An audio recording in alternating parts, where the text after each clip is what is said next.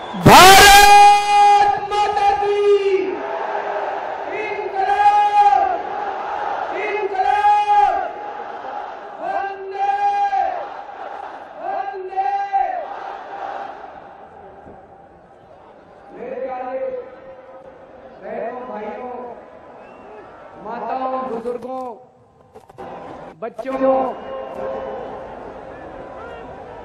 आज आप लोग इतनी भारी संख्या में यहाँ पे इकट्ठे हुए, इसके लिए बहुत बहुत शुक्रिया।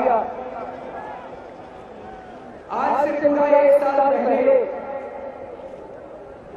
14 फरवरी 2014 को हम लोगों ने इस्तीफा दिया था और आज पूरे एक साल के बाद फिर से दिल्ली के अंदर आम आदमी की सरकार बनने जा रही है। आम आदमी की सरकार बनी है।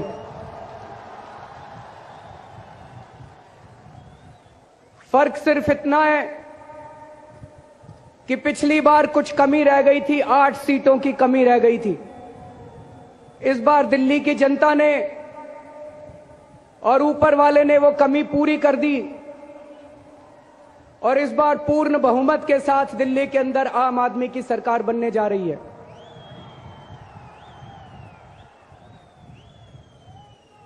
दोस्तों, मुझे यह तो पता था कि दिल्ली के लोग मुझे प्यार करते हैं, हमें प्यार करते हैं, लेकिन मुझे यह नहीं पता था कि दिल्ली के लोग हम लोगों को इतना प्यार करते हैं।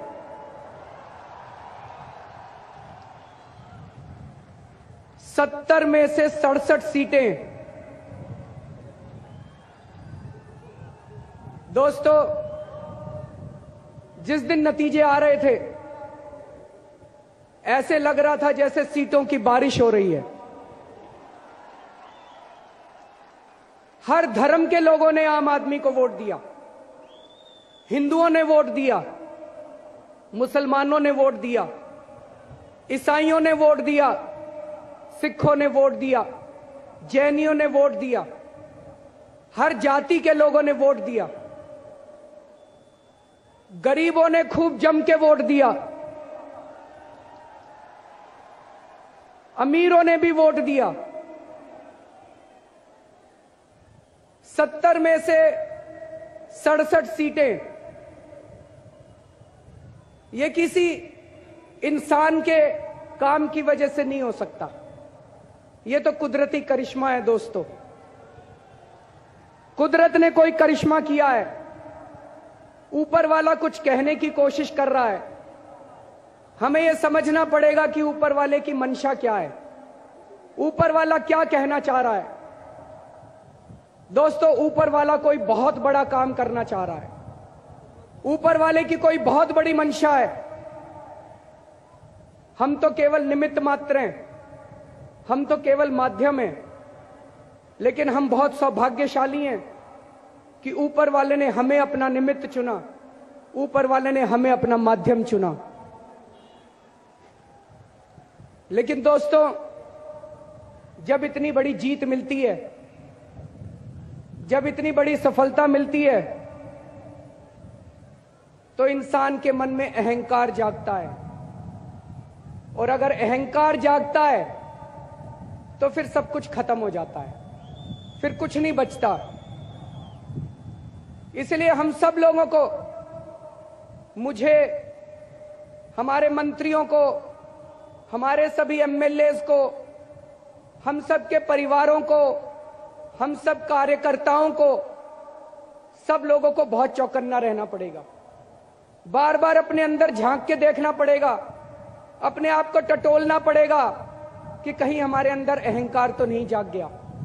क्योंकि अगर अहंकार जाग गया तो हम कभी अपना मिशन पूरा नहीं कर पाएंगे, जिस मिशन को हम लोग लेके चले हैं। दोस्तों,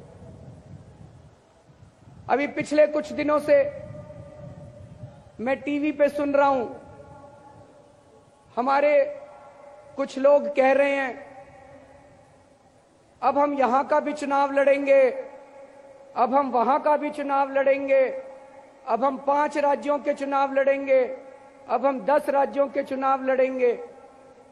इसमें थोड़ा थोड़ा अहंकार नजर आ रहा है मुझे लगता है ये ठीक नहीं है। कांग्रेस को लोगों ने क्यों हराया था? क्योंकि कांग्रेस के अंदर अहंकार आ गया। वही भारतीय जनता पार्टी जिसको मई के महीने में लोगों ने इतना भारी बहुमत दिया, आज भारतीय जनता पार्टी को लोगों ने क्यों हराया? क्योंकि बीजेपी के अंदर अहंकार आ गया। पिछले साल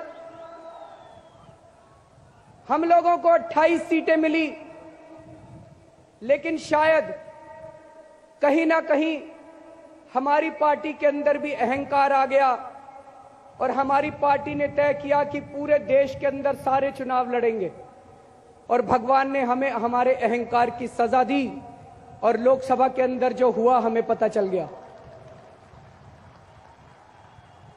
उससे हमें सबक लेना चाहिए, अहंकार नहीं करना चाहिए। मैंने तो तय किया है, भगवान ने मुझे आदेश दिया है, दिल्ली की जनता ने मुझे आदेश दिया है, दिल्ली की जनता ने मुझे प्यार दिया है, दिल्ली की जनता ने मुझ पे विश्वास किया है।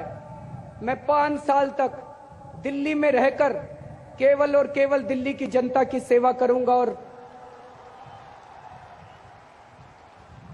अपनी जिम्मेदारी को पूरे तन मन धन के साथ निभाने की कोशिश करूंगा। मेरे पास कुछ लोग आए, कुछ डॉक्टर्स आए, उन्होंने कहा जी कभी कभी टोपी पहन के कुछ लोग आते हैं और हमारे अस्पताल में गुंडागर्दी करते हैं। मेरा एक निवेदन है, मुझे पूरा यकीन है हमारे कार्यकर्ता कभी ऐसा नहीं कर सकते। हमारे कार्यकर्ताओं ने अपनी नौकरियां छोड़ छोड़ के, अपने परिवार का त्याग करके बहुत बड़ी बड़ी कुर्बानियां दी हैं, लेकिन फिर भी हो सकता है कुछ विपक्षी लोग हमारी टोपियां पहन के हमें बदनाम करने की कोशिश करें। लेकिन कोई भी हो, अगर हमारा कोई कार्यकर्ता भी अहंकार में आके गुंडागर्दी करता है या दूसरी पार्टी का कोई व्यक्ति हमारी टोपी पहन के करता है, गलत काम करता है, मैं आज यहां से सभी अधिकारियों को, सभी पुलिस वालों को यह निर्देश देना चाहता हूं कि अगर कोई टोपी पहन के गुंडागर्दी करे उसको बख्शना मत, तुरंत पकड़ के उसको जेल में डाल देना। वो आम आदमी पार्टी का हो ही नहीं सकता, और जितनी सजा कानून में लिखी है उसको उससे दुगनी सजा देना।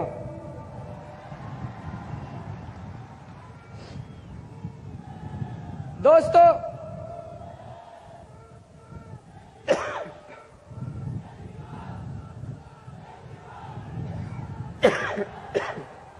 मुझे याद है अन्ना आंदोलन के दौरान हम लोग खूब नारे लगाया करते थे, भ्रष्टाचार मुक्त भारत, भ्रष्टाचार मुक्त भारत, भ्रष्टाचार मुक्त भारत। लेकिन मन के कोने में संशय होता था कि यार ये भारत भ्रष्टाचार मुक्त वाकई हो सकता है क्या?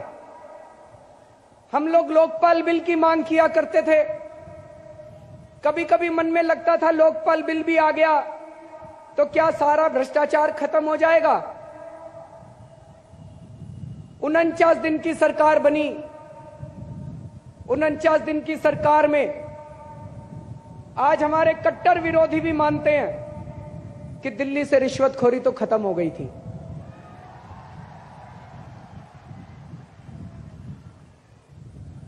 पिछली बार सरकार बनाने के पहले हमारे अंदर जज्बा था, जुनून था, रोमांटिसिज्म था, पागलपन था कि इस देश से भ्रष्टाचार दूर करके रहेंगे। लेकिन 49 दिन की सरकार चलाने के बाद आज हमारे अंदर कॉन्फिडेंस है कि 5 साल के अंदर दिल्ली से भ्रष्टाचार खत्म करके दिखा देंगे। दिल्ली को भारत का सबसे पहला भ्रष्टाचार मुक्त राज्य बनाना है दोस्तों, और हम कर सकते हैं। और इसके लिए आज मैं वही घोषणा करने जा रहा हूं जो मैंने 28 दिसंबर 2013 को यहीं से की थी कि अब अगर दिल्ली में आपसे कोई रिश्वत मांगे, मना मत करना। सेटिंग कर लेना।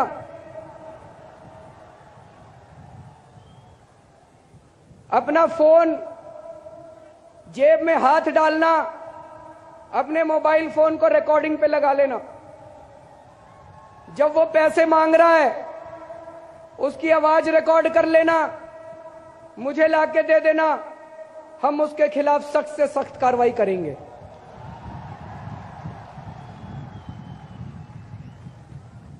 इसके लिए हम जल्दी से जल्दी वही टेलीफोन लाइन शुरू करने वाले हैं जिस टेलीफोन लाइन से 49 दिन की सरकार के दौरान भ्रष्टाचारी घबराने लगे थे। और दूसरा, जिसके लिए अन्ना हजारे जी ने और हम सब लोगों ने मिलकर इसी रामलीला मैदान में इतना बड़ा आंदोलन किया था, जन लोकपाल बिल। जन लोकपाल बिल भी पास करना बहुत जरूरी है। जल्द से जल्द जन लोकपाल बिल पास करेंगे। लेकिन मैं मीडिया के साथियों से हाथ जोड़ के गुजारिश करना चाहता हूं। मैं गाड़ी से उतरता हूं तो माइक लगा देते हैं, कितने घंटों में करोगे जी? 24 घंटों में करोगे कि 72 घंटों में करोगे? 30 घंटों में करोगे कि 32 घंटों में करोगे? मैं उनसे कहना चाहता हूं जी, सरकार ऐसे नहीं चलती। जितने दिनों में दूसरी पार्टियां कर सकती हैं, दूसरी पार्टियों ने तो 65 साल में नहीं किया। हम आपको जल्द से जल्द करेंगे, लेकिन एक एक काम ठोस करेंगे, मजबूती के साथ करेंगे। मैं आज इतना आपको वादा करता हूं, 24 घंटे काम करेंगे हम लोग, हमारी पूरी टीम। मैं, मेरे मंत्री, मेरे एमएलए 24 घंटे काम करेंगे। अभी तो मैंने मुख्यमंत्री पद की शपथ भी नहीं ली थी। जैसे ही नतीजे आए हम लोग काम के ऊपर लग गए। मुझे बुखार था, आज भी क्रोसिन खा के आया हूं यहां पे।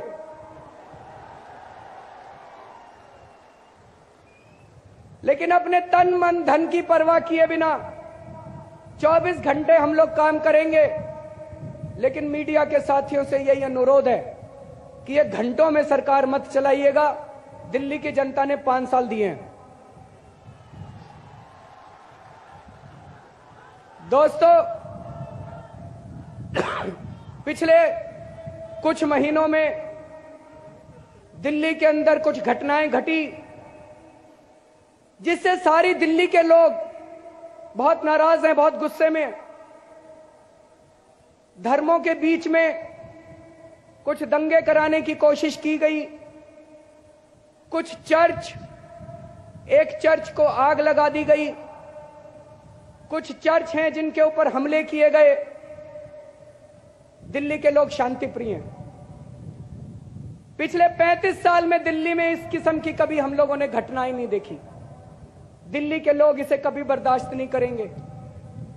इसी दिल्ली के लोग हिंदू, मुसलमान, सिख, ईसाई, जैन, हम सब लोग मिलके दिवाली भी मनाते हैं।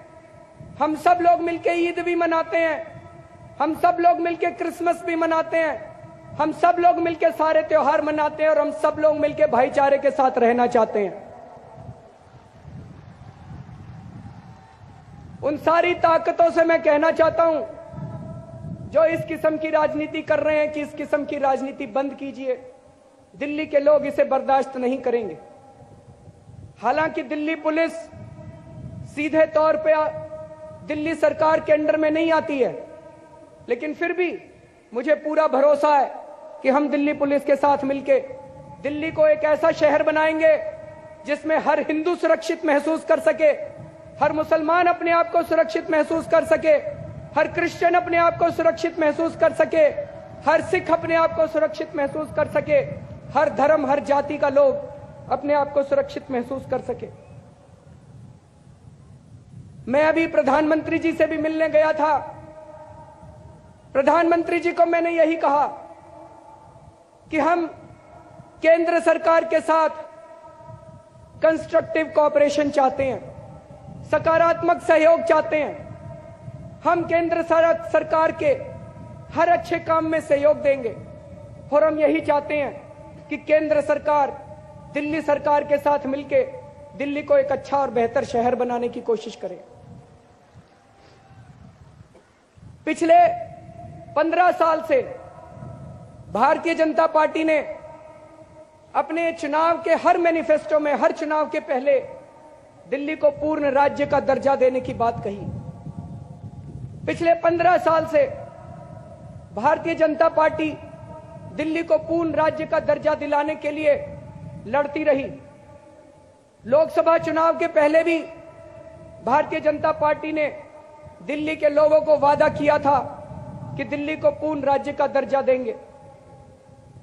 मैंने प्रधानमंत्री जी को यही कहा कि भगवान इससे सुनहरा मौका नहीं दे सकता।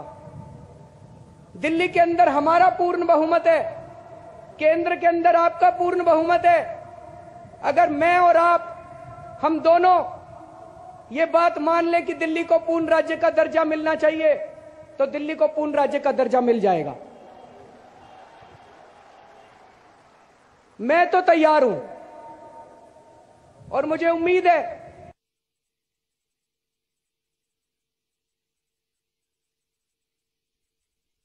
ये भी कहा कि प्रधानमंत्री के तौर पे उनके पास बहुत काम रहते हैं, बहुत बिजी हैं, पूरे देश के बारे में उनको सोचना होता है, विदेशों में भी कई बार जाना होता है।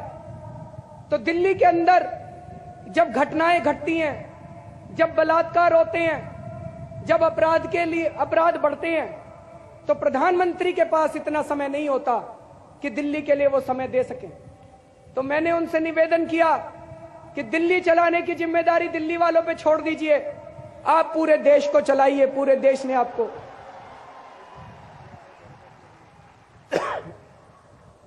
तो दोस्तों,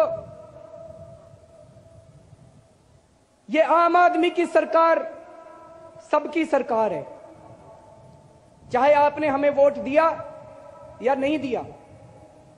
मैं आप सबका मुख्यमंत्री हूं। उन 3 विधानसभाओं जिनके अंदर आम आदमी पार्टी के विधायक नहीं है, हम उन तीनों को भी अपना विधायक मानते हैं।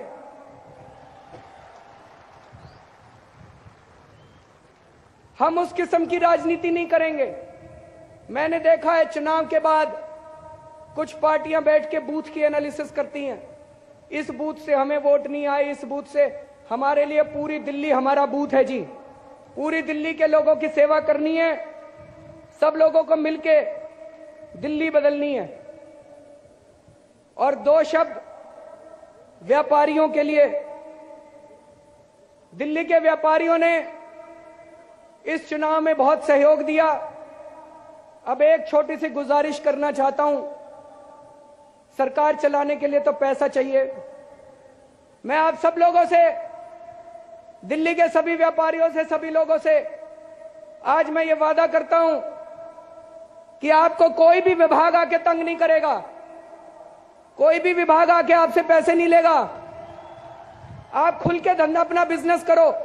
हम चाहते हैं कि आपका बिजनेस बढ़े, हम चाहते हैं कि उद्योग बढ़े, लेकिन अपना सब लोग अपनी इच्छा से पूरा टैक्स भर देना। और मैं ये वादा करता हूं, हो सकता है अभी तक जो आप टैक्स देते थे वो टैक्स में से कुछ पैसा चोरी हो जाता था, अब कम से कम आप जो एक एक पाई दोगे, आपके पैसे को मैं चोरी नहीं होने दूंगा। आपके दिए हुए टैक्स की एक एक पाई को आपके बच्चों की शिक्षा पे लगाएंगे, अस्पतालों पे लगाएंगे, सड़कों पे लगाएंगे, आपकी मार्केट को ठीक करेंगे, पार्किंग बनाएंगे, महिलाओं को सुरक्षा देंगे, बिजली पानी ठीक करेंगे, एक भी पैसे की चोरी नहीं होने देंगे। इसलिए दिल खोल के टैक्स दीजिएगा। मैं 49 दिन में मैंने एक चीज सीखी थी, सरकार में पैसे की कमी नहीं है, पैसा बहुत है जी, नीयत की कमी है। अच्छी नीयत वाले आते हैं तो इसी पैसे में खूब विकास हो सकता है। जब से हमारी सरकार को बहुमत मिला है, जगह जगह से मेरे पास फोन आ रहे हैं। किसी ने कहा, भाई साहब आपने 20 कॉलेज बनाने के लिए बोला है, 3 कॉलेज बनाने का पैसा मैं दूंगा। किसी ने कहा कि भाई साहब फलानी जगह स्कूल बनवा दो, उसकी जमीन मैं दूंगा। किसी ने कहा कि भाई साहब 1000 सीसीटीवी कैमरे मैं दूंगा सरकार के लिए। दोस्तों, मैंने तो एक ही चीज सीखी है, इस देश की जनता बहुत अच्छी है। जनता को गले लगा लो, जनता अपना विकास खुद ही कर लेगी। दोस्तों, हम लोग दिल्ली से एक और नई किस्म की शुरुआत करना चाहते हैं। ये वीआईपी कल्चर खत्म करना चाहते हैं जी। आप खुद ही बताओ, आपको अच्छा लगता है क्या कि जब सड़क के ऊपर से कोई बड़ा मंत्री जा रहा हो और सारी सड़क 1 घंटे के लिए बंद कर दी जाए, सारा ट्रैफिक जाम हो जाए?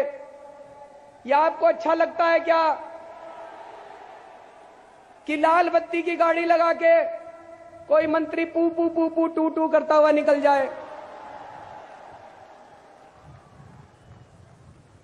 मुझे पता चला है कई यूरोप के डेवलप्ड कंट्रीज में, विकसित देशों में, वहां के प्रधानमंत्री आपको बस स्टैंड के ऊपर खड़े मिल जाते हैं।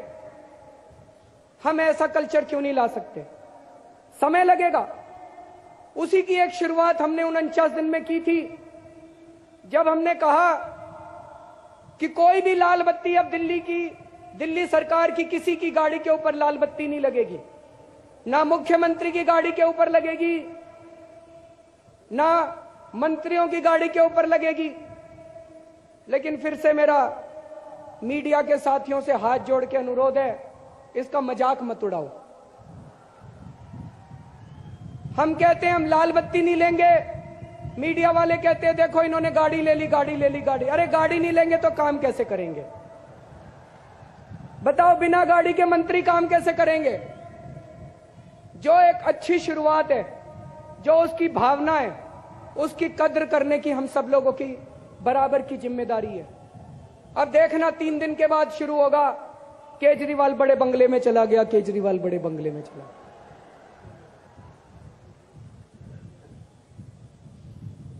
मुझे पूरा एक महापुरुष ने कहा था कि इंसान कहीं भी पहुंच जाए, उसको अपनी औकात नहीं भूलनी चाहिए। मुझे अपनी औकात पता है, मैं बहुत छोटा सा आदमी हूं, मेरी बहुत छोटी सी औकात है। आज मेरे घर में 4 या 5 कमरे हैं। मैं जहां भी जाऊंगा 4-5 कमरों से ज्यादा की मेरे को क्या जरूरत है भाई साहब? 4-5 कमरे ही चाहिए, हाथ पैर पसारने के लिए उतनी जगह चाहिए, और जगह की क्या जरूरत है? लेकिन एक दफ्तर की तो जरूरत पड़ेगी, नहीं तो मुख्यमंत्री काम कैसे करेगा? आप सब लोग रोज मेरे से सवेरे मिलने आया करोगे तो 400-500 लोगों के बैठने की तो जगह जरूरत पड़ेगी, कुर्सियां तो बिछाऊंगा वहां पे, नहीं तो काम कैसे करूंगा? तो बस इतनी जगह लूंगा मैं, इतना ही बड़ा मकान लूंगा, और बड़ा मकान नहीं लूंगा, चिंता मत करो। किरण बेदी जी की मैं बहुत इज्जत करता हूं।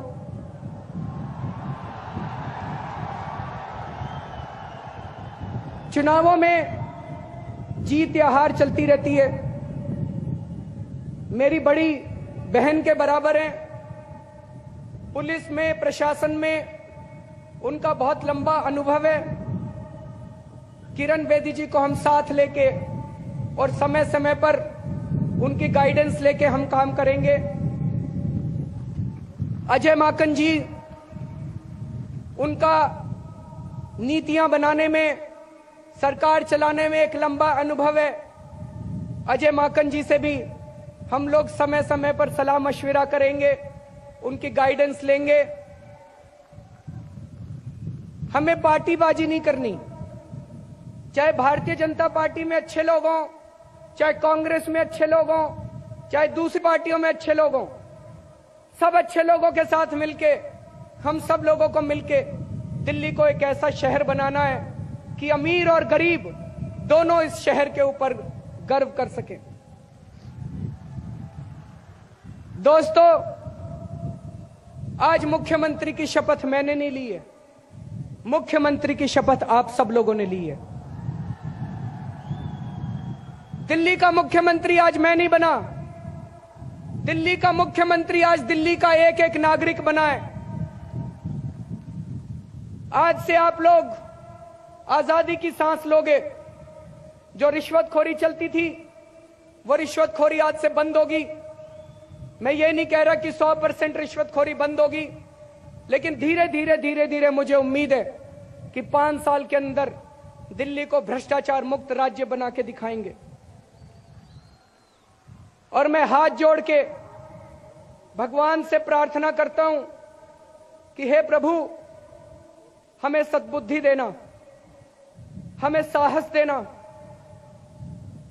हमारे मन में कभी भी लालच पैदा ना हो, हमारे मन में कभी भी अहंकार पैदा ना हो, हमें सही निर्णय लेने की क्षमता देना।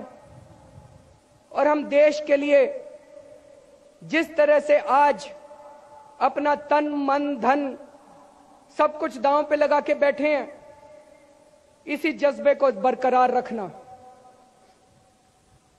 2 शब्द कार्यकर्ताओं के लिए। आम आदमी पार्टी के कार्यकर्ता हीरा हैं, सोना है।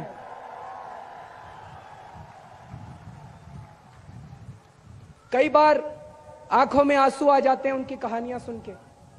मुझे तो फिर भी, इन लोगों को तो फिर भी, एमएलए को तो फिर भी शोहरत मिल गई, पद मिल गया, लेकिन उन लोगों को क्या मिला जो अपनी अपनी नौकरियां छोड़ के बैठे हुए हैं, जो अपनी अपनी दुकानें बंद करके बैठे हुए हैं।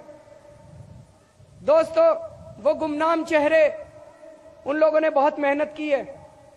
उन्होंने केजरीवाल के लिए मेहनत नहीं की, आम आदमी पार्टी के लिए मेहनत नहीं की, उन्होंने एक सुनहरे दिल्ली और सुनहरे भारत के लिए मेहनत की है। एक बार जोरदार तालियां आम आदमी पार्टी के कार्यकर्ताओं के लिए बजा दीजिए।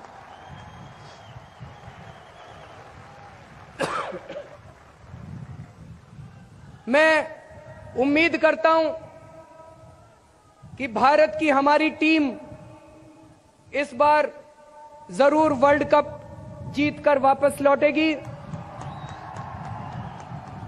भारत की टीम को ढेर सारी शुभकामनाएं।